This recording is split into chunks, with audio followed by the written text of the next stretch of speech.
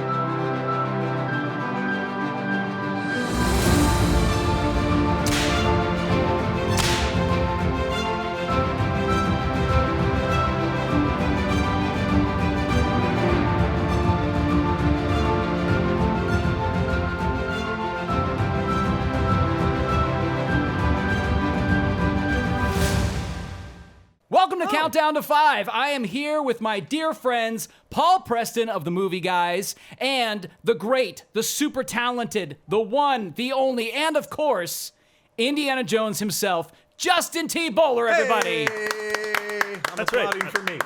It's time to pull the curtain back. Many of you probably thought, wow, they really got Indiana Jones to do the plot recaps. Yeah, in it our sounded previous so episode. much like it. I mean, it just looked so much yeah, like him.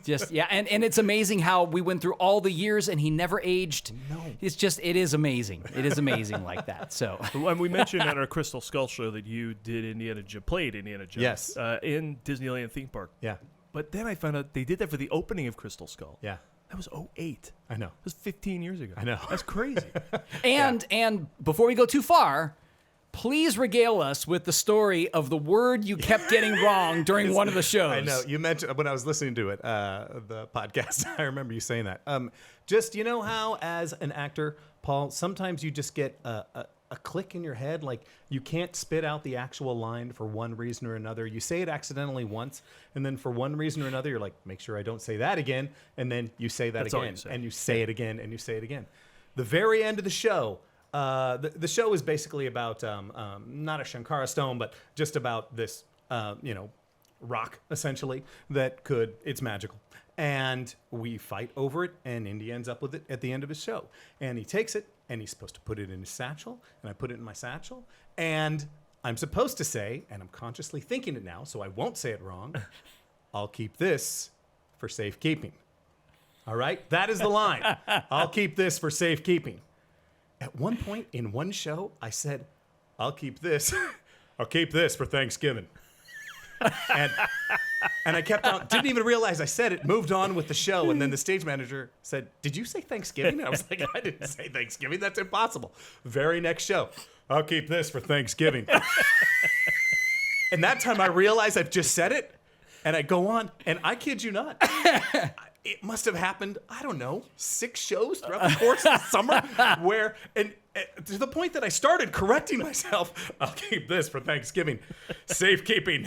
And you just keep on going because you can't stop and explain it. And it's literally like the last line of the show. Oh, is it? I'll keep this for 4th of July. I'm way off. Am I way off? No sense.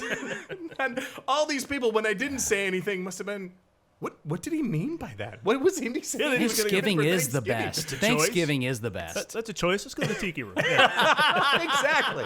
Where everything makes sense. Talking birds. Who'd have thought that he was such a big fan of holidays with turkeys? Well, speaking of, Thank you for regaling us with that. That was awesome. Yay, Justin Bowler. speaking of big deal events, like Indy at Disneyland, you were at the premiere Yes. of Dial of Destiny. Now, Yeah. I got a advanced screening, but it was kind of press. Sean and I, we went on opening night because I was happy to see it a second time at the Chinese Theater, which is a great way to see a movie. But the premiere's got to be a bigger deal. I will say, okay, going in like yourself, as you've talked about on the podcast, when I heard what they were saying at Cannes, I was really, really worried. And I was saddened, what the reviews were. and I just thought to myself, we have another Crystal Skull. Now, I know you ended up watching Crystal Skull again, and we're a big fan. I rewatched. Whoops. Well, let's clarify that. Let's clarify that. Big fan. I liked it a lot more. Okay. Yeah, I still stand by, of course, Raiders being the best. Yeah. And also being an important piece of cinema. Yeah. I have rewatched it just recently as well, and Crystal Skull. And it hurts me. It hurts me. Like, Still. The only good thing about it is I can say, because I've only watched this movie one other time in the theater in 2008, at least it's new. This is new to me. Yeah. I don't remember this scene. I don't remember this scene. And then you get to some of them where it's like, yeah, I remember this scene. Well, you know what's funny? I mean, I said it on the other podcast, but, I didn't get as much to that place of, now I remember why I didn't like this. I really was trying to just let go and get into, this is what this story is, right? This is what this movie is, and I'm okay with that. And our dear friend Frank Ziti, who I just saw last night, was chiming in about Crystal Skull, and he was talking about, he's like, man, that opening sequence, I love that opening sequence. And I was like, yeah, that opening sequence is fantastic. And I know you get bothered by the fact that we see the not the Grail, the Ark. Thank you. Yeah. You get bothered by the fact that we see the Grail after we've already known. Oh, this is where the Ark is, right? Yeah. Like, oh my God, we see the Ark. This is where it is. And then of course we see it at the end of that sequence. You go, I was right. I'm not an idiot. Right. Go ahead. I think I get that point of view. However, I would argue that there's a little bit of payoff in it. There's a little bit of, oh yeah, this is where it is. And then if we didn't see it, I think people would have been upset about not seeing it all. I don't know, maybe. Of all the things in that movie, that is not on my list at all. Of things like, you brought it up and I was like, nope. Didn't bother me at all. No, it was the start. Well, the gopher reaction shots, and that were the start of things to come. I thought. Yeah, I'm all right. Don't nobody worry about me. Kenny Loggins was originally going to do a theme song for Indiana Jones and the Crystal Skull, and they axed it. So that's the premiere. Yeah. On to. Oh wait, no, there's more. There's Oh more. right, sorry. We went on a whole other train track. Yeah. Okay, let's. Okay. No, the premiere was amazing. Anyway, I was very worried going into it, and then a friend of mine, I had called up a couple friends and I said, hey, listen, if there is anything you can do, if you get offered tickets, please let me, I don't know what you need me to do for you, but I am there. And you don't have to say what you did. I mean, is this a PG show? We have no idea. So then he calls me out of the blue and he said, what are you doing?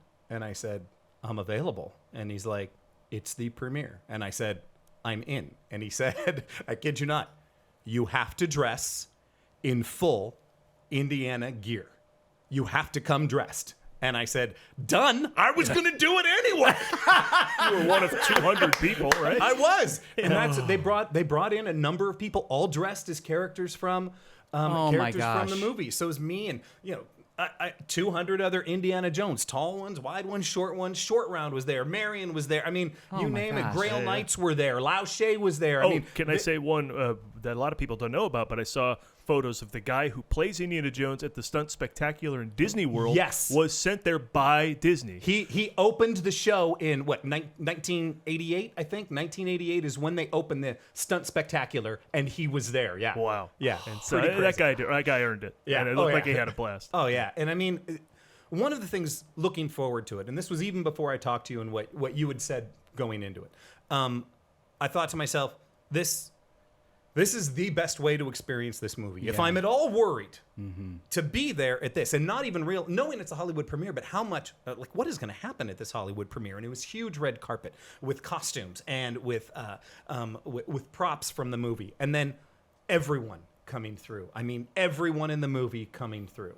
The only person I didn't see, Ke Kwan showed up at one point, and he's, though obviously not in the movie, shows up on the red carpet. But to see George and to see Stephen and to see Harrison and to see John Rhys Davies and to see all these people come through. By the way, it would have been awesome for him to be in the movie. Just gonna say. Oh yeah, missed opportunity. I assume we'll get to that. But it's just like as I'm watching everyone come through, like, it's chills. Yeah. It's chills, you know, when you're going through, and we're in the Dolby Theaters where they do the Oscars. Yeah, and which it's is also an upgrade, because that holds more than the El Cap and the Chinese. Yeah, so. it's a huge theater, and it's beautiful. And then to come out, and it's just like they introduce everyone in the cast. Everyone in the cast is there. And then most of the cast disappears, but then Mangold says, all right, well, you know, it was me, it was Harrison. He's like, let's bring out, please, executive producer George Lucas. Everyone applauds. Executive producer Steven Spielberg. Everyone applauds. Kathleen Kennedy. Everyone applauds. Frank Marshall. Everyone applauds. A third guy whose name is escaping me. I don't know. Forever. People applauded. And then Steven gets up and he says, you know, up on this stage we have the man who came up with the story, George, and I directed, and we have, you know, the man who gave the voice for Indiana Jones, but there was someone who gave us the medley of Indiana Jones. And then the curtain goes up and it's John Williams with a full Philharmonic orchestra behind him. And I kid you not, I started tearing up. Like, of course. I felt like, and this will date me, but I felt like a 12-year-old girl at a Backstreet Boys concert. I was just screaming my head off. Nuts. Direct reference available on YouTube. It actually is. It's out there. I posted it because it was insane. And for him to launch into the themes of not just Dial of Destiny, but then also play the Indiana Jones theme. It was the absolute best way to experience this film. And even at that point, I said to myself, even if this isn't good, even if I'm unhappy with this movie, I will never be able to beat this experience. Yep. Never. Yep. This is the greatest Indiana Jones experience that I have. You know, it was just incredible. And then to see the movie and love the movie was beyond my expectations. Wow. Beyond my expectations. I go back to something Paul had said early on. Because he had already seen it. I told him, I said, I'm going to the premiere. And I said, I'm still a little worried. And Paul's exact response was, it is safe for you to raise your expectations. And that was exactly correct. Yeah, when he revealed it to me that he had seen it, he said the same thing. And I was happy about that as well. During the show. Yeah. Yes, sorry. Yeah. I listened to I listened to all of it and enjoyed that moment. To your You cheated point, on me. and to your point in general, like I think there's something about going into a movie and really anything in life, but like going into a movie with a positive state. Yeah. Like I'm going to go have some fun. You know, I don't know if there was a lot of trepidatious feelings around Crystal Skull, but like I felt like I wanted to get rid of all that. When we went to go see it at Mann's Chinese Theater, I was like, this is going to be a fun night. We're going to make it fun. It's going to be, I was ready to just have a great time. Yeah. And I was totally invested in that. And so I feel like, at least for me, because of that, it was that experience. So anyway, I don't mean to interrupt the story, No, but yeah. I wasn't hoping it would be bad. I was just worried we were going to get another Crystal Skull. Of course. And once again, going back to a bunch of people from Cannes who probably don't appreciate these films to begin with. Right. You know, who were in tuxedos, as Steven Spielberg said. He's like, they watched it in tuxedos. I don't know if they really enjoyed it. Right. So I knew when the film got to the people, it'd be different. Yeah. Although still, there's an odd sort of movement out there to hate the whole franchise now, and like Disney raped my childhood and all this stuff. Everybody calm down. Yeah. But overall, it still sits at 69% on Rotten Tomatoes if you judge movies by diseased vegetables. And then, but the audience score is 88. So I knew that would happen. And what is the number for Crystal Skull? Do you know? I don't. Okay. No. Like, I think I have friends that are diehard indie fans that were very disappointed with them, and I tell them, I'm like, I don't know what you wanted for it, because it gave me everything that I was looking for. Yeah. But I also wonder the test of time. You know, 5 years from now, 10 years from now, are people going to look back on this and go, no, that was a really good indie movie? Oh, of course. You know? Yeah. Oh, or for them, will it be the same as me with Crystal Skull? You know? Like, I'm softening on that, though. I'm softening, and a lot of it has to do with how good Dial of Destiny is, and I'll explain that. Okay. Yeah, if anything, I guess I have softened on Crystal Skull. I go back to, I can watch it now, and it's totally new, because I don't remember many of the things in it. And just knowing that we don't get any more. So you gotta have what you have. Okay. Speaking of nostalgia, Yeah. you know, the amount of nostalgia in this film is massive. And to your point, will we, 10, 20 years from now, look back on this as a great Indiana Jones film, a great last action movie for Harrison Ford, possibly? Yeah. I don't know what the future holds. I mean, he's 80 and The future all of holds that. that he's in the MCU, so who knows? Oh, well, I mean, yeah. Now he needs superpowers to keep going. That's basically it. So I don't really know. I mean, okay, before we go too far, let's just jump in. On a scale of 10, all right, 10 being the best, what would you give this movie, Indiana Jones and the Dial of Destiny, Paul? 8.5. Okay. I'm 8.5, right in there. Yeah. 9. Yeah, Okay. I respect that. Yeah. Okay. It's 8.5 trending upward. In Yeah. fact, when people ask me to rank the movies, it's like, well, Raiders is number 1. Is 2 Crusade? Or is it Dial of Destiny? Or is it... I'm really coming around on Temple of Doom as well, like I did when I was a kid. I kind of went away from it because I grew up, but now I'm leaning back into it because it's perhaps Ford's funniest movie, and the amount of action is unparalleled. But I was like... So I put it at 3 behind Crusade, but trending upward. So it's 8.5, but trending upward. Okay. I've only seen it 4 times, so it could go up. I've seen it once only, so Right, yeah. Did you see it a second time? I did not. No, I okay. ended up getting sick literally on my way to the theater, so I turned and... that's right. I will see it no. again. Oh. I will see it again. I'm probably not over the sickness, so you guys will probably get That's whatever great. I have. Thanks. I will see Yeah, it again. I'm In fact, probably I'll- over it. I'm glad we hugged each other. I'll probably see it a couple more times. Yeah, I would well, I'll imagine tell you see how, it at this is least how 2 it more goes. times. The first screening is, as I told you, you kind of go, whew, all right, it's better than Crystal Skull. Mm-hmm. The second screening for me was, wow, everything is hitting. Yeah. The third one is, I'm just having fun. And the fourth one is, all right, let's look for the Easter eggs. So I started looking at the big pictures of the screen. What's behind there? What's that poster in the background? What does this do? And so you notice a whole bunch of other things. You're like, And that's it's- Marion shot glass. And it's rich with, I know people saw that in the first trailer. Yeah. I'm like, is it? Yeah, exactly. Is that what he took with him when he left, and not the? Sorry, you had the headpiece of the Stafferon in your hands. I put it down. I grabbed a shot glass. I have Go a question. ahead. Go. Where would you rank them? How would you rank them? In order of best? Yeah. By far, Raiders of the Lost Ark is the quintessential film. And I think that Raiders of the Lost Ark, I've said this before, I'll say it again, it's an important piece of cinema. And I also feel very strongly it is the moment. There's a moment in there when Harrison Ford became a movie star. He went from being an actor to being a movie star. And I personally believe it's the moment he comes out of the shadow in that very opening sequence in Raiders. That moment was like every time I watch that with that under bed music that this moment that just happened, all this stuff, right? That is the moment to me Harrison Ford went from, oh, he's a good actor, to that's a movie star. I'm going to agree with you on that. I'm going to say that opening sequence is so good. I mean, the whole movie, obviously. But you just take that opening sequence all by itself. Yep. You could have filled in King Solomon's Mines for the rest of that Yeah. movie, and people would still talk about that opening sequence and be like, wow, it's just so good. Yeah.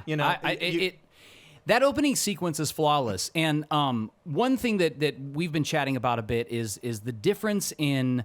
So by the time they get to Crystal Skull, Janusz Kaminski is shooting, and we chatted about that. And the more I think about, different DP, different editor, and you said the DP for Dial of Destiny did a better job of mimicking Slocum's I think so. I think so, too. And I agree. I think he did as well. I also think their editorial team did a better job of cutting a little bit more. There's a thing with editing that, it should feel invisible, but it moves the story forward, right? And good editing really does do that. You don't know why it works. It's a feeling sometimes. Mm-hmm. It's not, it's not like, okay, I'm going to do... I mean, I can't tell you how many times I've looked at an edit and I'm like, okay, I'm going to move this 3 frames. Let me bump it 1. No, I'm going to go back 1 more. Oh, wait, no, it's going to go up 2. I mean, and we're talking about frames. Yeah. But you can feel the difference. And I still think that... So let me rank them. I'm going off. So Raiders of the Lost Ark, of course, first best. Last Crusade, number 2 for me. This is the same problem I have, Okay. too. Because I've also rewatched Temple of Doom so much recently that I've just come to re-love this film. Temple of Doom is a brilliant movie. It is scary.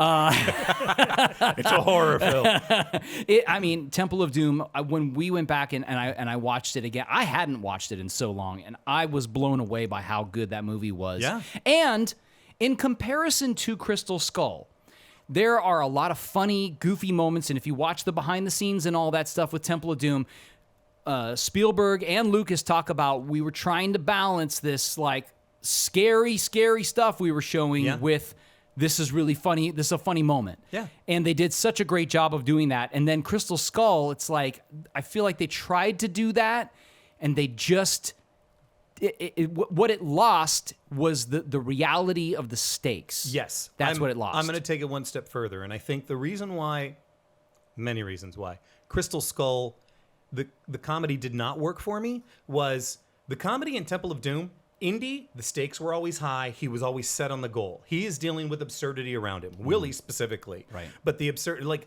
she does crazy things. Short Round does crazy things. He does not. Right. He's still, I'm doing this.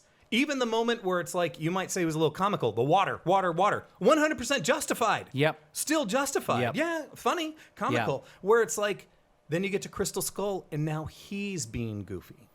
And it's like, I don't think that's the character. Yeah. I don't think so. Yeah. And I think that's why the comedy in Crystal Skull, for me, did not work. Anyway, I'm sorry. Go back. Okay, so Raiders of the Lost Ark, Last Crusade, Dial of Destiny. Wait.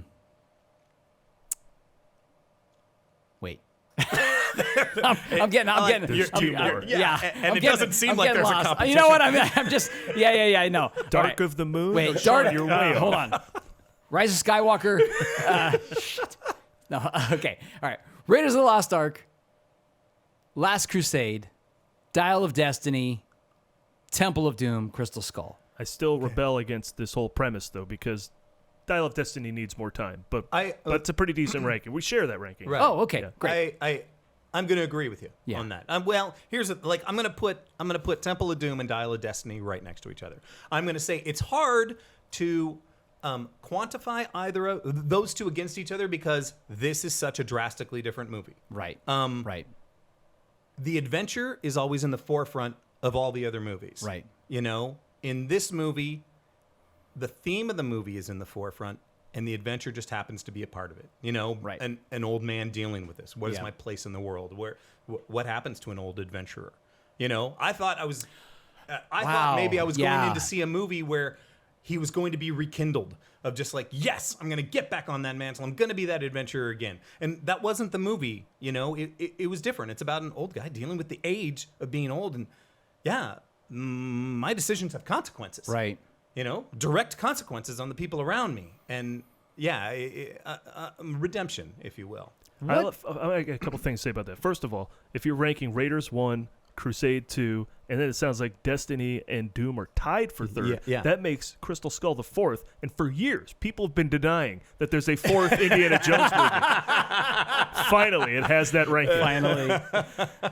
Where do you guys fall on? So I had this discussion with somebody, and I'm curious your thoughts on it. John Rhys Davies, which I finally learned his name. Awesome actor. And deserves props. So super happy he's in the film. Yeah. So glad to see him with Indy again. I like the relationship they have. You know, I loved all of that. I was really looking back on it. I'm disappointed he didn't go on the adventure with him. I think if I had one big thing I'd like to change about Dial of Destiny, it's, you know, when they're at the airport that he goes, I've got 2 tickets, Right. you know, and they cut to the plane. also brought my passport. I have also, I mean, I would have loved to have had them have the adventure Right. together. Because one of the things that kills Crystal Skull in my mind is he shares his adventure in many ways with Mac, this Yeah. character that we don't know, we don't care about, and ultimately dies at the end, and it's like he was never there. Right. Other than he basically screwed Indiana Jones over the whole movie.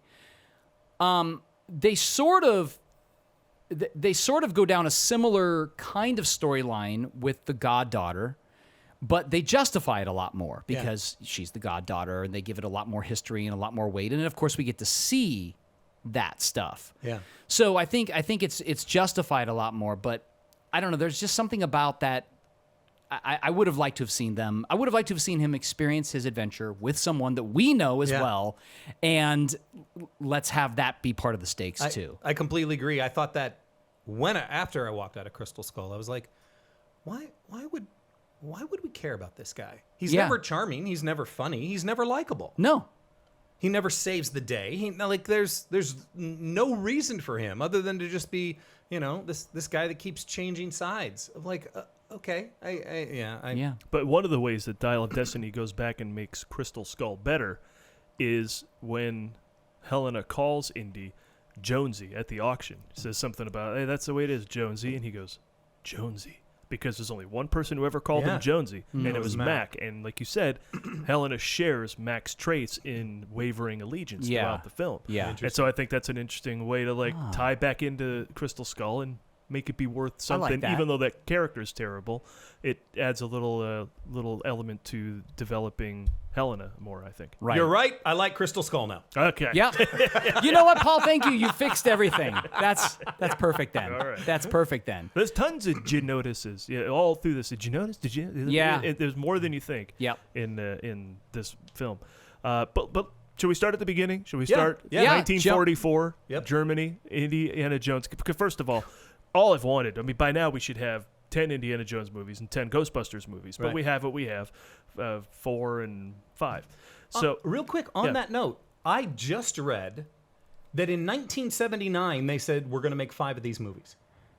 Spielberg, Lucas, and Harrison. I heard about that too. Yeah, read They that in somewhere. 1979 they're like, we're going to do 5 of these. And that's so interesting. They're like, finally we have it now. Of course, Right.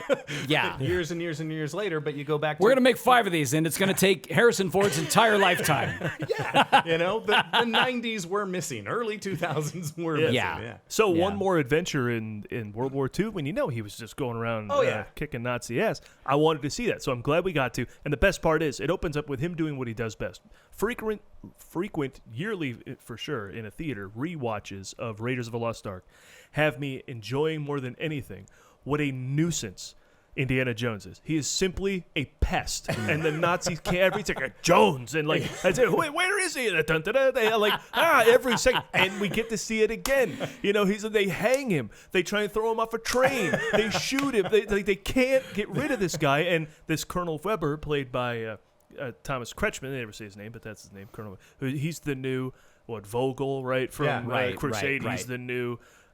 Dietrich from and so he's just annoyed the whole time. He's like, but you're bird watching, huh? Is a spy, right? And he just never can get over on Indiana Jones. And Indiana Jones will dispatch of Nazis and get his job done, and that's the best. Again, I could watch that 1,000 times. I'm so happy to get one more story like that. Now, question for you, okay? Because you read about some of the people that dislike this film. They talk about that opening sequence, which I loved. I loved every aspect. I didn't have a problem with the voice. I didn't have a problem with the CGI. The voice, no.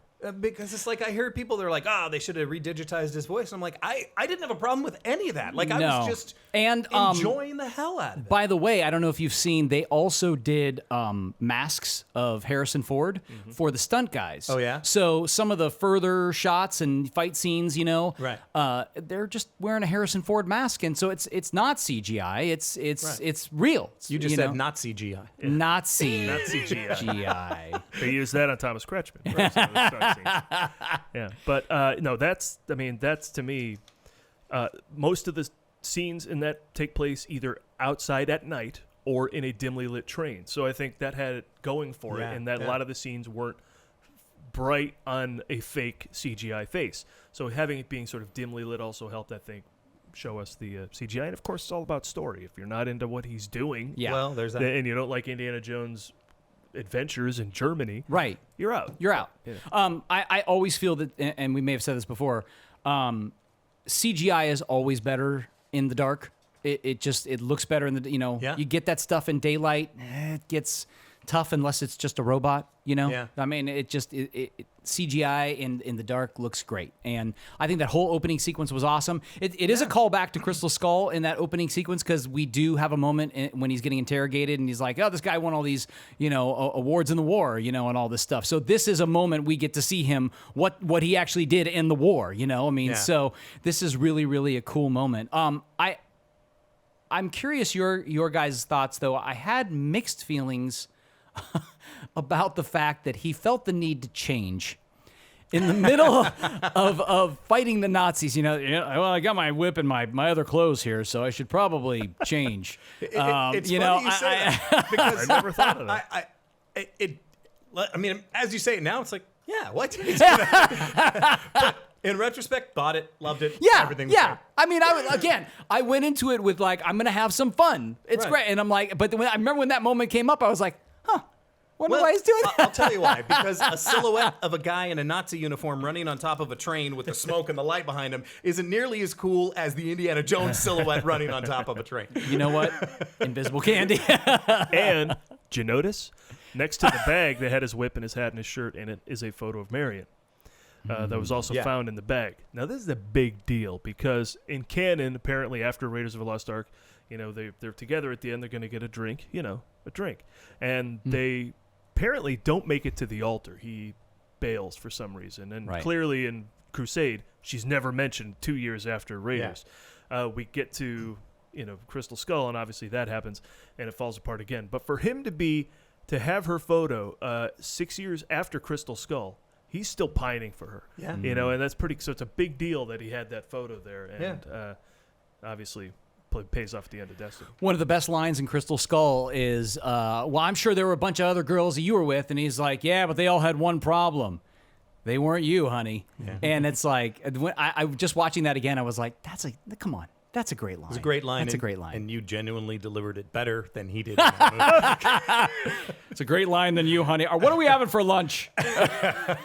But just to cap off the CGI stuff, the thing about Harrison Ford, what a miraculous actor! Because the problem I had, and many people with The Irishman, was they did a great job with the faces. The bodies were still in their 70s. Ford just has this miraculous way to be probably 78 when he shot this. Yeah. To be youthful in all his action, and then they just changed the face to match. Yeah. There's one it's like moment. The face is catching up to him. There's one moment right after the whole train debauchery, all this crazy stuff, and he's walking back up this hill, and it's a little bit of a distant shot, and it obviously is him, walking, and I was like, that's a 78-year-old walking up a hill. But I bought it because you could also argue, just. That is not the years, it's the mileage? Yeah, it was the mileage. I mean, it was in this huge crash and had got the, crap beat out of him and all this stuff. So, I mean, yeah, I thought. And I love the whole him being hanged and all of that. Like, that was all very Indiana Jones, right? Yeah. It's like, throw the whip. Somebody takes the whip and then you jump across the thing and then you fall down. And then I got the rudder. No, I'm going down. I mean, it's like, it's that stuff, right? But the bomb lands in the middle of everyone. It does a money pit. Oh my God. That moment is just, the best. that moment Through is each awesome. level. How many levels are Yeah. there? Yeah, and he doesn't even have a plan. He just has to hang there, and then luckily the blast knocks him free. Right. And we're all okay with that. Yeah. Which is great because so many people weren't okay with the refrigerator. But I mean, it's as we talk about it, it's amazing the amount of comparatives that are in this movie to Crystal Skull. Okay. Well, allow me to make a comparison to Last Crusade, and I elbowed you during this when it happened. Two things made me feel good at the beginning of this movie and knew I was in good hands. One, just hearing John Williams. Yeah. I think now we've proven you can make a Indiana Jones movie without Spielberg. I don't think you can do it without John Williams. I don't think you can. No. So this was proof. And even brought in a little of that, I'm always terrible at reproducing it. Boom, boom, boom, boom. It was like the belly of the beast, I think, from Crusade. Any of our desert music. Yeah. And so hearing that again, just to remind you, Mangold's like, just tying these guys into the Nazis you already hate, so hate them again. Here we go. Right. And we're off, Right. I thought that was great. The other thing was, Indy's got to steal a car after he frees himself from the noose, right? And he goes up and he knocks on the door. Guy rolls down the window, punches him, throws the guy out, takes the car. This is what he does. He doesn't have to be Scottish. He doesn't have to pretend to be looking at tapestries. He is no nonsense. And I thought Mangold, I'm looking for the tapestries. Early on, I Mangold, saw that point coming 3 minutes ago. Yeah, I've made a fuss about the tapestries because he never before has needed to play a character to get stuff done. And Mangold knows that Indiana Jones is no nonsense, and that's how he does it. And he continues to do that the way he dispatches the guys in the car. He dispatches the guys. Is there more baller move than Indy putting his helmet on the gas of that car and leaping out of the car onto a motorcycle? Like, who does that? I did not see him leaping out of the car. You think he went through all this trouble to get the car. And he takes those guys out, takes the car out, takes everybody out, because he's got stuff to do, and I loved it. I was like, Mangold, you're the man. Cheers. Because there is a difference between humor in a movie and jokes. I like humor. Completely. Yeah. One is justified, and do not remove the stakes. And it's here we meet our villain, Jürgen Voller. At the time, he may have been called that. He becomes Schmidt for a while when he starts working for NASA later. But I love this villain because he's not just bad. Like, he's trying to get the Nazis to listen to him, and they're not. So he's frustrated. He's kind of a Nerdenheimer, right? And he's so he's like. So I enjoy that part of him too, because not only later does it mean, well, I'm gonna use whatever it takes to go back and win the war, but it's also I got to prove everybody right because no one was listening to me. And now you're all dead in a train, and I got this coming to me, And so I mean, even just to cut it to later when he's on the helicopter with the CIA agent, he's like, "We're cutting you guys off. Return to Alabama and we're done." And he's like, "No, please, please." He's saying please, like begging. And he's the villain. Yeah. I just found that fascinating. I think that plays throughout his whole, and Mads Mikkelsen's such a layered actor, all that stuff plays underneath everything that he does. Yeah. And it's set up there where he's like, "No, there's the dial." And he's like, "What's the dial? Get the they're not listening." And then he gets smacked off the roof of a thing he can't win, So I think he's a great villain. It was a great introduction of him. Well, what's so great about that is that, the desperation shows that, no, I have to get this done. It's not just the Führer says that I have to. It's I am right about this. I can change things. I can do this, you know. And that desperation just adds another layer, which we hadn't seen in a while. I also like the fact that ultimately he's not doing it for the Führer. He's going to be the new guy. Yeah. I think there's something interesting about because they kind of set it up like he's going to go do this thing to make it right and, to have the Nazis win and all this crap. And then in the end, he's like, "No, I don't want that. Yeah. I want it for me, baby. Yeah. This is all about I'm the new guy, I'm God, yeah. which is what it set up early. So He won't be Führer, he won't be king, he'll be God. Right, right. So that was, just awesome. Yeah. So going piece by piece in the movie, there's lots of callbacks, lots of references. I can't remember who said this, but I also love the first moment, of course, that we see Indiana Jones older. The fact that we really see, he's not wearing a shirt. Yeah. Harrison Ford's got it in his contract. He's like, "No, I take off my shirt." Yeah, look, I don't like to wear shirts. I learned that from Sean Connery. He doesn't like to wear pants, so I don't wear shirts. No, I think it was really cool because somebody said this, and I thought, yeah, that's true. He's an older man. We don't see an older person in that sort of state on screen a lot, and he was willing to risk that and show that, not just be the hero but be just human, be vulnerable. Yeah. And showed this like, here's this old guy just kind of sitting in his lazy chair, and these kids are being loud and he's going to go over there and shut them the hell up. I love that moment. I think it's a great moment. Did you notice two things? The first pan of Indy's apartment has a folded up American flag on the shelf, which is what they give families of someone who's died in service, right next to a picture of nice. Interesting. There. The second thing Invisible I love, candy for you. Thank you. When he goes to the neighbors with the baseball bat, there's already dents on that door. He's done this. It's really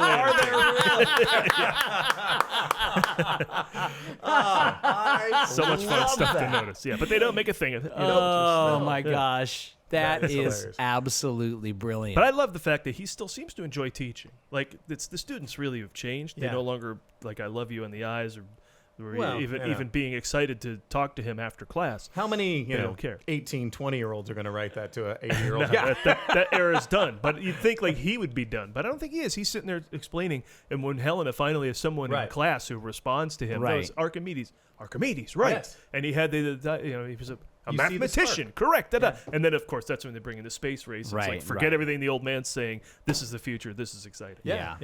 Yeah. I mean, there is that sense of, they thematically, they talk a lot about that. I mean, obviously this movie is about time and, looking back, looking forward, where's your focus, and letting go of things. I mean, there's so much stuff underneath that I think is also what grounds it in truth, right? I mean, that, the human experience is also what we obviously connect with in all of these kinds of movies. It's what we didn't connect with in Crystal Skull. There wasn't enough of that sort of real vulnerability happening. It was goofy or silly or just action, which was, that could be fine, but it wasn't enough for those of us who had gotten used to this sort of weighty, it's like Temple of Doom, he smacks the kid because he's under the spell, and Short Round says, I love you, Indy. And I mean, that moment like just rips your heart. I mean, it's a beautiful, amazing, sad moment, and it's played so real. And I think we got more of that in this, obviously, than Crystal Skull.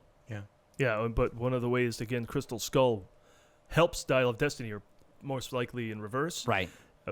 Indiana Jones, and this is one thing I've softened on recently. Indiana Jones in the Shadow of a Mushroom Cloud is a fantastic image. Yep. Outstanding, because he's holding the whip and he's looking at something that he can't punch. Yep. This is something beyond. This is a whole new world of what can I do?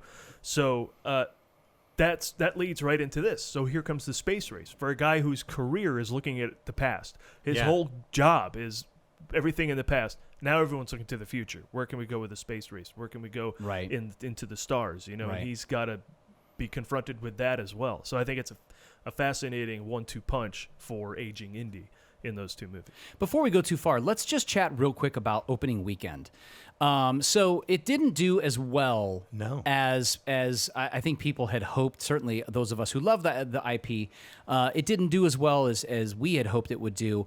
I personally think that is because this movie is for us. Yes. I think, and I'm grateful because we had a lot of chats about who's this movie for? And I kept arguing, no, it's going to be for a new generation and all this. And I don't think it's really for a new generation. I think it's for us. Yeah. And I also think, quite frankly, it was for Harrison Ford. I think they, he wanted to do another one, wanted to end on a good note. This is his character.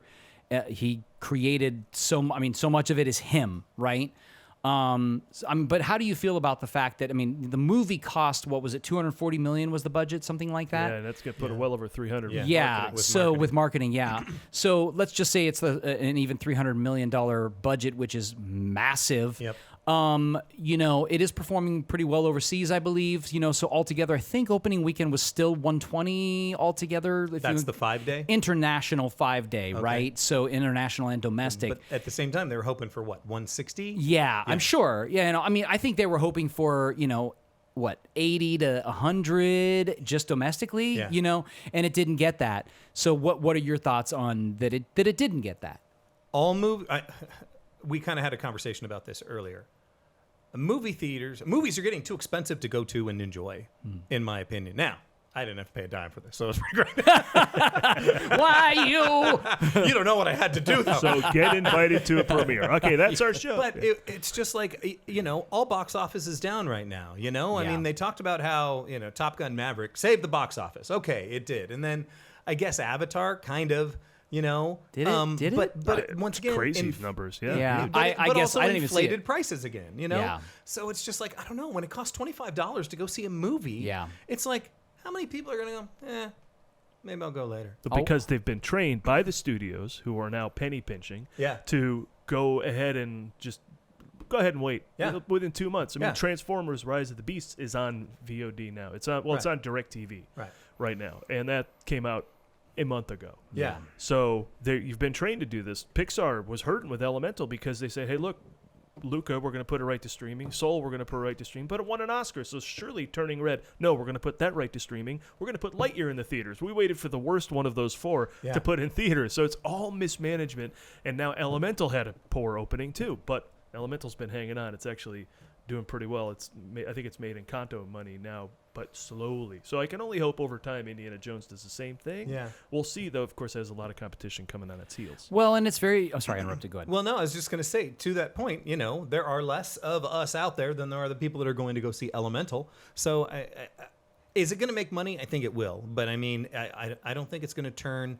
I think if you take everything in the end and just see how much compare each one with inflation, I don't think it's going to rank that high. No. Yeah, I mean, I think it's disappointing in some ways that it didn't have a bigger, sort of reception. But I agree that it's not necessarily surprising. I think there's so many people who have doubled down on, their home theaters now. I like to remind people that, I don't care how big your television is. I know people who have 65-inch television. It doesn't matter how big your television is. You're not watching what you would watch in the movie theater. And I'm just going to remind everybody that what you watch on television is a video file. And what you watch in the movie theater is a digital film print. It is a DCP, which stands for Digital Cinema Package. And within that package is 24 frames a second of individual frames that are being projected, just like we used to project actual motion picture film. And so the actual visual experience of that projection is different than what you consume on your television.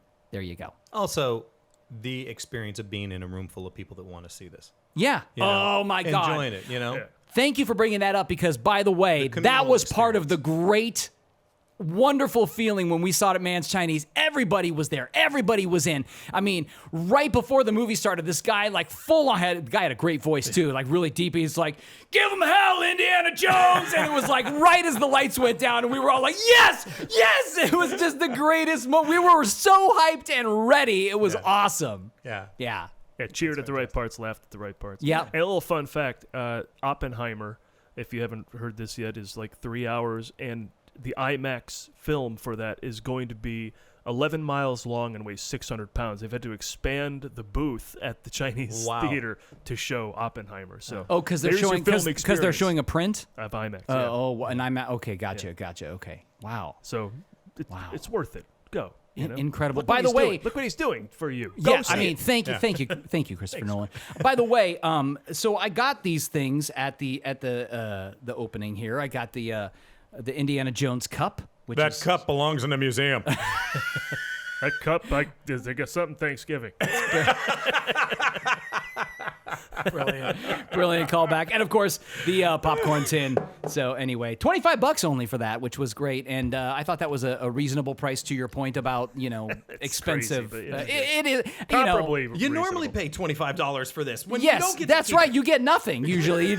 And to your point about movies, though, I want to say this, and we were chatting about this earlier before we rolled, which is, yes, movie theater tickets are more expensive now more than ever, and I would really wish that movie theaters would double down on, I don't need a reclining seat. Right. I don't need food service. You don't need to sell steak. I don't need a milkshake. Right. I'm fine with popcorns, maybe some red vines, and a soda. Like I'm perfectly fine with that. bar is nice. Okay, fine. You can have some beer, make some money on alcohol. I don't really care. But let's lower the prices. I'm with you. I told this in I think it was our last episode. Went and saw Spider-Verse. Brought my daughter and some other relatives with us. We had a great time. And it was a bunch of kids, so I was going to pay, and I was fully ready to drop, I don't know what, $120 on tickets or $150. I was like, whatever, we're on vacation, let's do this. $280. Yeah. No, I happened to accidentally go on a night that was like $7 a ticket. So Tuesday. Yeah, Yes. it was a Tuesday. Yeah, and I didn't know we just walked in. I was just getting the tickets, and they're like $35, and I was like, wait, what? Yeah. Is that right? Oh, Did you hear all the people I ordered? everybody. So I mean, but it made it so. I mean, it made me go. Huh, I mean, not that I would have been upset about paying the other money, but it was just like, oh, now okay, yeah, you want to get some red? What do you want? What do you want? You want M&Ms? You get M&Ms. I mean. That's why I love the subscription. The A-list, Cinemark's doing it. I think Regal's also doing it. They have the pay $25, see 3 movies a week. And so for me, I'm going to at least 1 a week, probably a 2, and then I owe them money. So at the end is what I'm saying. Let me just. problem. So you're the one. Let me just. Let me just. But do let a- me also just say, if you Go were ahead. like, should I see Fast X?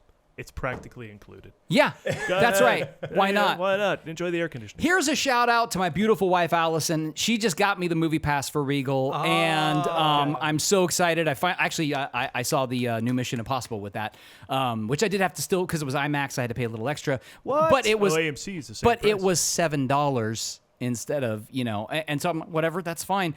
But either way, I was so excited, and I think the Regal one that I have is unlimited, so I can just go Great. at leisure. So I'm super excited about seeing all kind of movies, because the one thing I do think that and I do think Tom Cruise with Top Gun, I think it brought people back into the movie theater, and I think it reminded people why we like to go to the movies.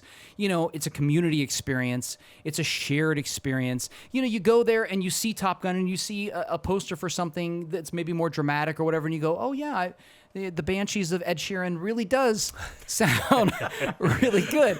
I mean, You know, I mean, it really, I don't know. I think it's important. And we've mentioned this before, and I'll say it again and again. It's storytelling. Storytelling is a part of humanity. Storytelling is a part of what makes us human, and it connects us. And we're starting to, now I'm going to sound old, but The cave paintings we're move starting, you put it up with the, we're starting to lose so many things where we can go and have community experiences. Now, some of those are starting to get replaced by, I don't know, whatever, escape rooms or whatever. That's a very different experience, though, than like going to the movies or, you know, and then having a chat afterwards or whatever. So I think it's important that we keep these things in our world, that we keep these opportunities to share in these experiences. I mean, look at this. You know, the three of us, friends for many years, what a great opportunity to spend time together, chat, you know, and revel in the joy of Indiana Jones. Aw. Oh, Joey's gonna make me bust out crying. Shucks. That was cool. So let's keep talking about Dial of Okay. Destiny. So the first action sequence we come across is the Parade. Voldor's men come after him in the parade. I wanted to say the CIA, but they're with the CIA. But that whole relationship, of course, at this point is pretty tenuous. Right. And we have Indiana Jones on a horse in New York City, and then in the subway system, and and a great shot when he's being chased by a horse. And he jumps up on the platform and he dismounts the horse and he gives the horse hold my horse, and he goes into the subway. 78-year-old Indian. He's like, I remember I read a story where he was like shaking off the stunt guys that like wanted to help him off the horse. He's like, I got this. I mean, again, it's a miraculous casting choice made in 1980, whatever. It was an easy one. He was Han Solo, but still, just the fact that he could at this age continue to do a lot of that stunt work, incredible. Yeah. I mean, I think Harrison Ford is one of our greatest stars. He is, and Paul and I chatted about this before. I mean, he really does bring a depth of honesty to his work.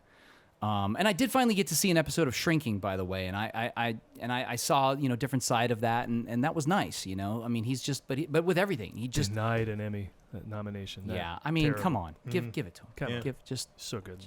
You should just give him a horse and let him ride it up on stage and hand that award to him and say, you're the greatest ever. You are the GOAT. Come on. Okay, back to Dial of Destiny. Back to Dial. All right, so what do we... let's talk a little bit about Phoebe... I keep messing up her name. Waller-Bridge. Thank you. Waller-Bridge. Phoebe Waller-Bridge. First of all, I'm going to jump in and say I think she was beautiful and intelligent and had kind of a sexiness about her without being overly vampy, and she was interesting and brought a depth to the character that certainly the Mac character didn't have, and he was not sexy at all. Damn it. If only they'd have cast a sexier Mac. No, but I felt like she brought such a great depth to that character, and there were subtleties to her performance that kept growing throughout, and she had a nice journey. Yeah, I really liked her journey. Her journey is fortune and glory, and by the end, I understand its power now. She has the Temple of Doom journey in Dial of Destiny. Yeah. Yes. So, and that's why at the end, when there's a great scene at the tomb where Voller puts the gun on her and asks Indy for the Dial of Destiny, and he says something to the effect of, is it really worth? You've lost your wife, you've lost your son. Is this really worth it for a world that doesn't care about men like us anymore? Something like that. Great line. Mm-hmm. And he hands the dial over. He knows. Yeah. He's been there. Yeah. She arrives at that point by rescuing him from ancient Sicily. Boy, there's a sentence. Right. But so she arrives there. But that's her whole journey. It's a fantastic arc. I mean, even early on, when she's trying to convince him for nefarious reasons to cough up the dial so she can go sell it. And eventually, again, become a good person. But she says, she's trying to convince him, and he says, why would you want this thing why would you go after this thing that drove your father crazy? Wouldn't you? Which, of course, is, didn't you? Yeah. Which, of course, is a great line. Yeah. So the movie's full of great lines and great moments. Yeah. Well, also on top of that, it's just like, okay, you go back to the comparison between her and Mac. Is Mac ever funny? Is he ever likable at any point? Is there any line that Mac says where you go, that was a funny line that Mac said? No. Was he I do ever- like when he breaks his nose. Was he, well, that's Indy being funny. Yes, I agree. You can have villain. This is before we even know about her redemption story, right? Before we even know what's going to happen with her. She is likable from the moment that we meet her. She's charming. She has dialogue. She does things. And she had a short, roundish character, which leads us straight into the chase scene. Yeah. Yeah, which I thought was fantastic and classic Indiana Jones. Yeah. Loved it. The Yeah. auction right into the tuk-tuk chase. Yep. Yeah, great stuff. That is such a playful action sequence. I don't know how you wouldn't get behind it. And they continue to have Indiana Jones things he could do. Right. Yeah. Right. You know, he's not super heroic 78-year-old. He's Right, driving right. a tuk-tuk. He's riding a horse. You know, he's not. I mean, he takes swing at 2 or 3 guys in that protest sequence in New York, and then he looks at Hawk, the biggest person on the earth, and Hawk takes a swing at him, and you're like, boy, if that connected, he's dead. I'm dead. Right. Indy's dead, like literally dead. So yeah, the tuk-tuk chase is fun for all those reasons, and dangerous and fast, and with quick Yeah. edits to show people and show the real speed and danger of those cars and the tuk-tuk, and they add in the element of the gangster, which of course is now another level, and so there's a lot going on. It's really fun. Yeah. I don't have any complaints about that sequence. I loved it. I thought it was so fun. Again, I love the stuff with the kid too, the callback. I mean, and what's interesting about that chase sequence as well is they kind of throw in a little bit of a story / character arc in there. She is still out for herself, but I think in the midst of this chase, she's starting to see the value of him. Yeah. Obviously, especially when he fixes the what is it called, a tuk-tuk? Is that what it's called? Yeah. Didn't even know it was I called a didn't either. I tuk-tuk.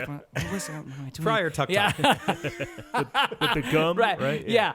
I mean, I love that part. I mean, and that showed his wisdom. It showed his age. It showed, he knows stuff. He's useful. I mean, Right. it was so. And then, and then we go into the boat sequence where it's like it's his friend. Anyway. I know I'm jumping ahead, but yeah. But along those lines, okay, going into the boat sequence. So we have this kind of callback with her in Short Round.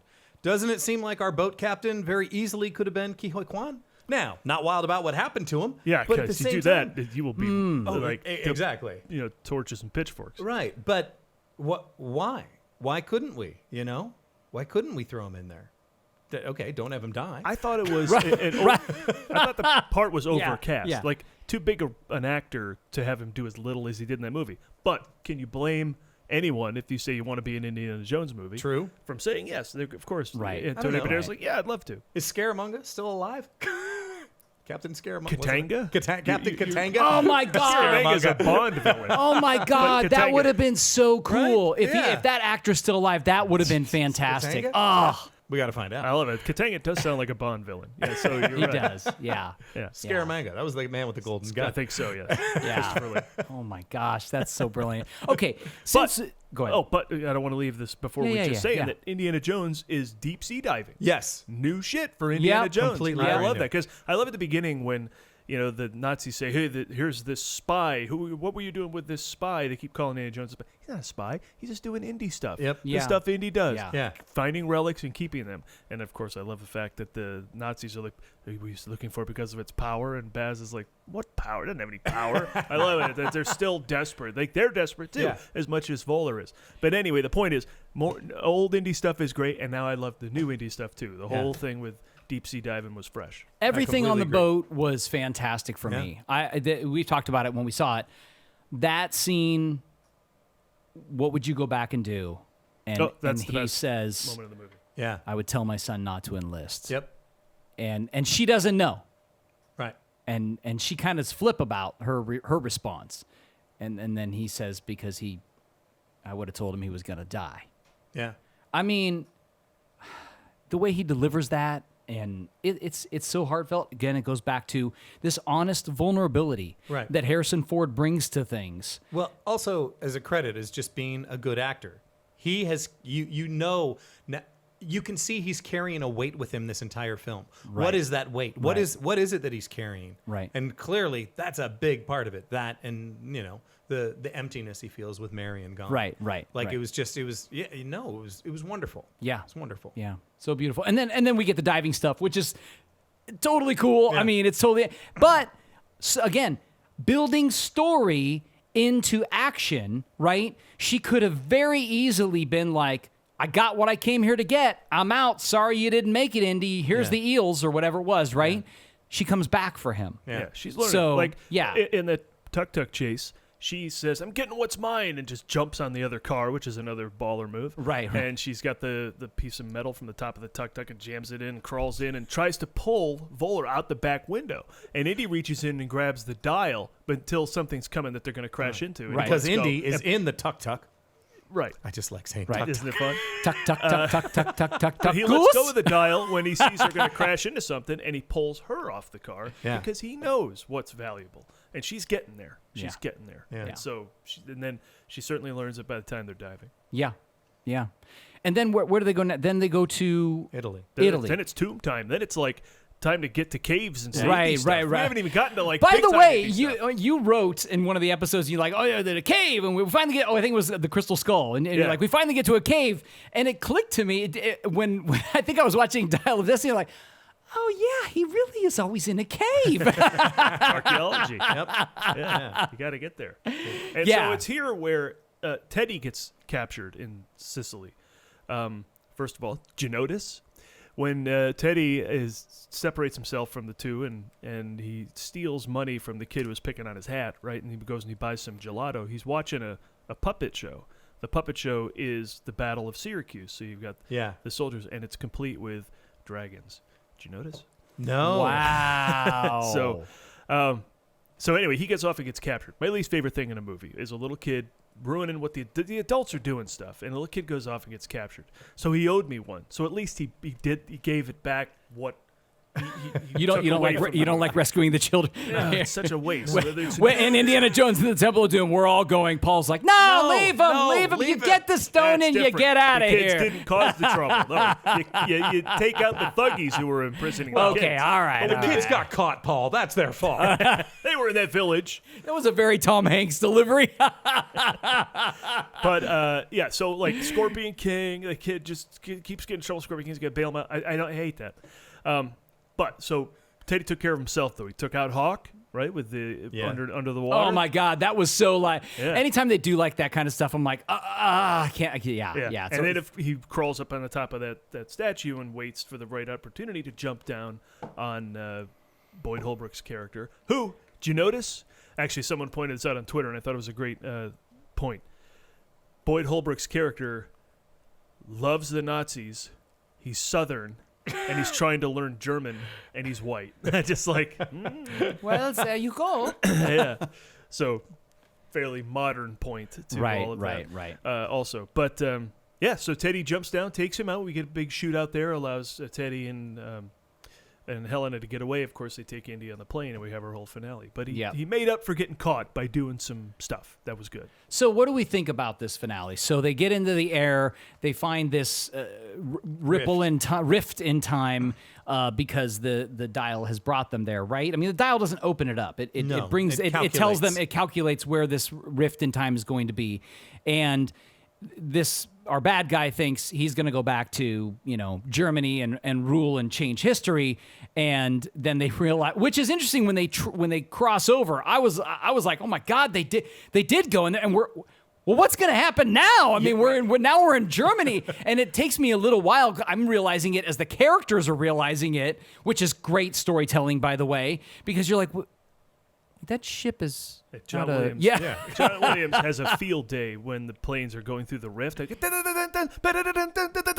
he's just going nuts. Yes. And the planes are chaotic, but once they steady out, and you kind of just all the music's gone. You just hear the hum. They get the chance to look out the window, and they had the same. I had the same reaction you did. I was like, they're screwed. Yeah. Oh my God. So that was fun to watch, and then. The figure how to get out of there, of course, is Teddy's skills, which have been planted here and there from the auction through when he's watching the planes overhead while they're repairing the tuk-tuk. And, so anyway. Really nice payoff to that setup with him, yes. Yeah. Here's something kind of interesting. Okay, so in Big Bang Theory, they talked about Raiders of the Lost Ark, and they said, it's one of the greatest action movies of all time, but one of the only movies out there where the lead character, the hero, really does nothing to stop the bad guys from getting what they want, right? Indiana Jones tries to stop them from getting the Ark of the Covenant, but they finally end up getting to open up the Ark of the Covenant anyway, and it's to their doom and demise. In this movie also, you know, you would make that same argument of just like, well, no, he never really stopped them. They just ended up screwing themselves over by going to the wrong time and then getting shot out of the sky. Okay, I'm gonna have to really think about this because I poured over Raiders to refute that wacky theory. I'm not saying it's true. I'm saying they're digging in the wrong there. place is really all you Yeah. need to say Yeah. to refute that. But there's got to be something in Dial of Destiny that does the same. That's funny. I mean, yeah, they're digging in the wrong place is the refute to that. Yeah. Absolutely. Yeah. They would have never gotten the. Right. Although I guess there's the argument that. Well, I guess they didn't know how to find Marion. Well, they followed. He led them to Marion. So yeah, they would have never. They actually would have never dug. They would have just kept digging. Yeah. And never found any of it. So The Well of Salt. anyway, yeah. Okay, so But we're in Sicily. We're in Sicily. All of that stuff is I mean, I loved the stuff with the dragon, and I love, you know, in the cave early on, you know, Phoebe's character is like, has that moment where she's like, what's on this? Why is this like a modern it's a Nazi phoenix. thing? Yeah, and we're like, propellers. what is happening here? Like, and even as an audience member, I remember going, I don't know if I know what's happening here. What is that? And then the watch, you know, and then you're like, wait, what? And so then, of course, later on, there's all that payoff on the other side. Visually, that was so much fun. I mean, you know, and of course, they're like trying to kill all these people, and they end up getting killed. But the moment at the end when he's like, leave me. Yeah. What did you think was going to happen? I thought he was going to die in that time period. I did too. Same. Yeah, I did too. I'm going to die here happy in the past. Yeah. I'm But we meeting got Archimedes. 50-50 on Harrison Ford going back and killing his old characters. He came back and Han died. He came back and Deckard lived. So it could have gone either way. Right, But right. I was glad he lived. Yeah, I was too. I mean, I liked the way they did it. I liked that she gave him one and that was it. And Hilarious. and then so I mean, all of that stuff was beautiful. I loved how they handled it. I think that was the more fantastical moment of that movie where you have to, you know, like Crystal Skull. You know, a lot of people didn't like we said they were interdimensional beings is what they termed them as, not aliens. A lot of people didn't like that. I always was fine with that. I think you have to suspend your disbelief again for this, you know, for any kind of time travel thing. You have to do that. You got the box full of God. You got the voodoo. You got the 800-year-old knight. This is the franchise. You have to suspend. You have to suspend what you're doing. So then we get back into his version of modern day, it's the 60s. And so now we're back, and he wakes up, and Marion's there. Now let's talk about this scene. Oh, did you notice? She comes in, and first of all, it's wonderfully underwritten. Marion, hey. Then she starts unpacking, right? Yep. No, like, we don't need the monologue. Right. Yep. Exactly. Take it easy, you know. So that I was Take it impressed easy. by. Yeah. And then, of course, let's have ice cream. We just bought ice cream. No, there's more ice cream outside. And then they all leave, of course, so they can have their moment. But when she's putting food in the fridge, he takes the magnet off of her face. Yeah. Yes, I It's noticed that in too. the corner of the screen. Yes. But Now it's I very wondered smooth. if that was in the script or if that was Improvised. improvised in the moment. Who knows? I'm pretty sure it was in the Nice script touch. because I think it's an insert shot. But yeah, it's a great touch. It's not. No, it's happening in the corner of the screen. Oh, is it? Yeah, yeah. I thought it was an insert. Okay, No, yeah. you might not notice. Then it might have been him, or it might have been a direction in the moment, which is really cool. But again, great storytelling. I mean, I was just chatting with a filmmaker yesterday. We were having a script meeting about a project we're working on, and you know, seeing things, not telling everything. Yeah. There is a moment in the new Mission Impossible film, a scene in the new Mission Impossible film that could have had dialogue. It was literally a scene, right? It could have had and I'm not talking about an action moment. It was a emotional, more of a heartfelt moment. Could have had dialogue, and there was no dialogue. It was all looks, and it was all moments, and you get it. You don't need to spoon feed the audience. Yes. We get it. Yeah. And I do think Indiana Jones and the Dial of Destiny does a great job of not spoon feeding. I agree. Especially, you know, in that moment. I thought something was going to happen. I thought first Marion was going to come in, and then Mutt would come walking through the door. Like there was something that we were going to see, and like, oh, okay, I guess he did change time, altered the future or something. Okay. I thought we were going to see something like that. I'm so glad it didn't. Yes. Yes. You know? Yes. Yeah. That would have been. I mean, when they first talked about time travel with this movie, I thought, are we going to get a de-aged Tarkin riff on Henry Sr. because I don't need that. Yeah. You know, like a CGI thing, Yeah. like they did with Peter Cushing. So that was my biggest fear. So glad they veered far, far from that. Although there was a buddy of mine who was telling me, he's like, he was talking about how he was disappointed in the movie, and he said, and I said, why? And he said, because you tease a movie about time travel, and it's supposed to be this big nostalgia film that's for the fans. Why wouldn't we Back to the Future to it? You know, why wouldn't we go back and send him back to Raiders? Now he's got to stay away from himself, or send him through Temple of Doom, and all of a sudden he's helping himself out here and there, or this, that, and the other thing. And I was like, it's called Endgame. We did it. I'm like, I didn't need that, but it sounds like you're disappointed that wasn't the movie. Oh, that's Yeah. I mean, listen, the things that people say and I like in this movie, that's the biggest one. It wasn't the movie I wanted. Well, then go make your own movie. Right. I'm just going to straight up say, with all due respect to your friend, I would not have liked that version. Yeah, I don't need to see him hiding from himself, Harry Potter with the time thing. I don't need to see that. We've seen that in films. I don't need to see that. I love Raiders of the Lost Ark for what it is, when it was, all of that stuff. I don't need to go back. I'm good. Yeah. I loved what they did with it, and I love the ending. And I thought it was a moving film. Once again, it's a different type of Indiana Jones film than we're used to. But that, for me, did not change it in any way. Going back to Mangold made Logan, and it very much feels to me like Logan. It is a person at the end of their life who is struggling to figure out where do they even fit in this world, and are they useful at all? Well, I'm useful maybe to one person, right? And that's about it. And I maybe make any kind of difference. And maybe that's all you need. Yeah, maybe that's all. Maybe that's all you need. Yeah. And so he grabs the hat in the final shot, and I think that's basically a symbol to us of what the conversation was with Marion.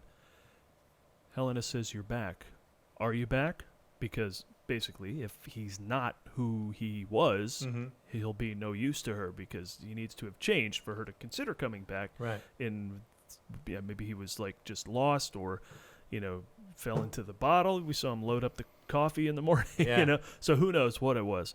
But I think grabbing the hat is our cue. He's back. I back. mean, we're done with the movies, but we leave him as Indy. Yeah. As he was.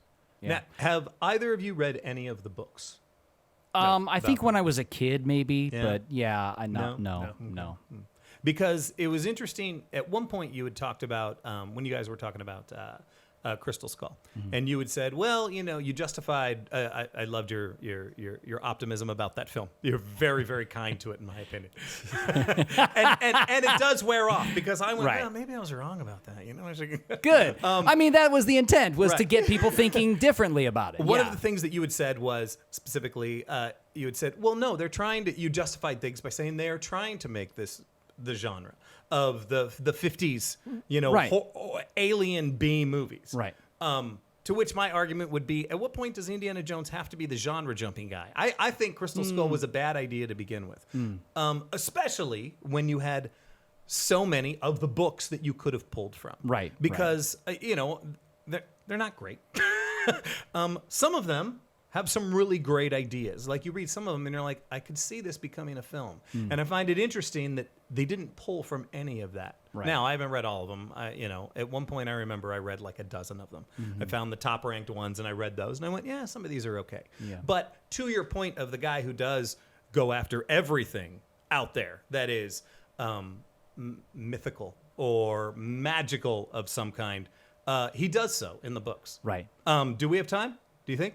All right. All off right. we go. So since you guys have not read the books, and we're talking about the things that Indiana Jones has gone out there, the question is, how far out has Indiana Jones gone? I didn't like the idea of aliens, but he's actually encountered some even rarer things than aliens. So I'm going to give you some titles, and you guys get to tell me which one of these is an actual Indiana Jones book and which one is not. Are we gonna ring in like in a game show? Okay, all right, I'm ready. We're a Let- team. let's- We're a team. let's- Okay. Oh yeah, we're a team. let's- Yeah, we're not going against Let's each other. start. This will be a tester. And Okay, This okay. This is kind of obvious. Indiana Jones and the Hollow Earth, or Indiana Jones and the Lost Mail. I'm gonna go with the Lost Mail just because it doesn't make any sense. He finally solves the riddle of the post office. Yeah, Okay. it's like, That's the It's fake a one. very clerical. oh, I book. did It's get not- that it's bill. not really. I did get that bill. All right, so Gas here we go. company. All right, so you get it, how it goes. All right. Indiana Jones and the Dragon's Fire, Indiana Jones and the Sky Pirates. Which is real? Which of those is real? Dragonfire. Yeah, I would say that too. You're trying to throw us off, Justin Bowler, but it won't work. Sky Pirates is something that could happen. Dragonfire is something that couldn't. So I think it's real because it'll have some other meaning besides the actual Dragonfire. Indiana Jones and the Sky Pirates is the correct answer. Tried to pull a fast We one were on too the same soon. page. And- We were on the same page. Of all the books, it's the one that is ranked highest. Oh, For those of you looking to read. Okay. sounds great. Great. I'd watch that. Yeah? Sky Pirates. How about this? Because what's real, what's not real? Indiana Jones and the White Witch. Indiana Jones and the Tooth of the Vampire. White Witch. See, I'm gonna. Which one's real? Which one is real? Yeah, I'm with White Witch. No, I'm not. I'm with Tooth of the Vampire. White Witch, you pulled out of Narnia just to try and confuse us. What do you got? Indiana Jones and the White Witch is Oh a yeah. real book. Oh yeah. Point. Yes. I mean, but we're a team. Indiana Jones and the Army of the Dead, or Indiana Jones and the Leprechaun's Wrath. Oh, he could do his Scottish accent again. I hope that's fake. I'm going to say the real one is the first one. What was The it? Army of the Dead. Yeah, because that was actually a failed premise in some of the screenplays. I wonder if someone saw it through in a book, so I'm going to go with that. I agree. You are correct. All right. That is correct. All right. My final one.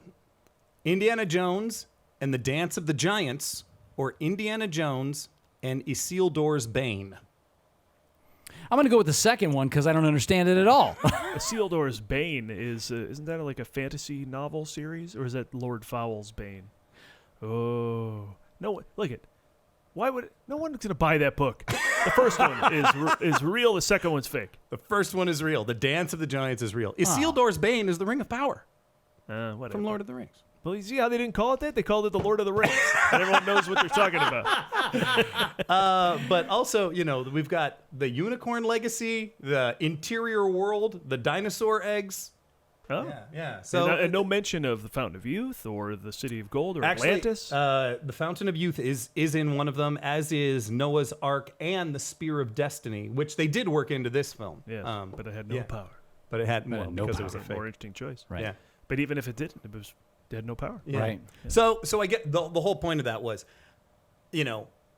I wasn't wild that they went out there and did aliens. I was like, I don't think we need aliens. We still got Noah's Ark. We still got the Spear of Destiny or whatever. But then you start to go into this folklore they've created around the character with all the books and everything, and you start to go, well, no, it actually wasn't that far out there. Yeah. Yeah. I stand by that as well. Yeah. I don't think it was that far out.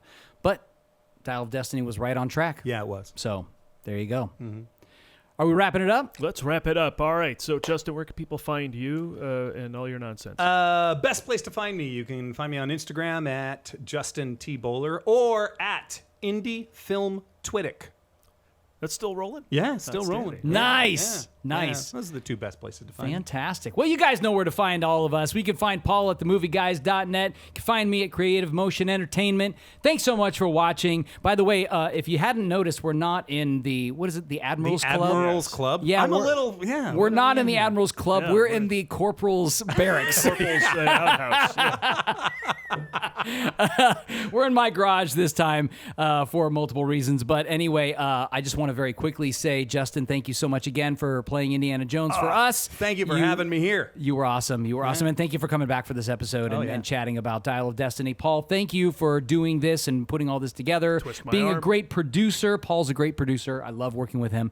And anyway, that's it for Countdown to 5. We appreciate you guys watching. Thank you so much. You can find us all over the place. We're going to be out there. We're going to do Countdown to 3 soon. Oh, I was trying to think of a crap movie.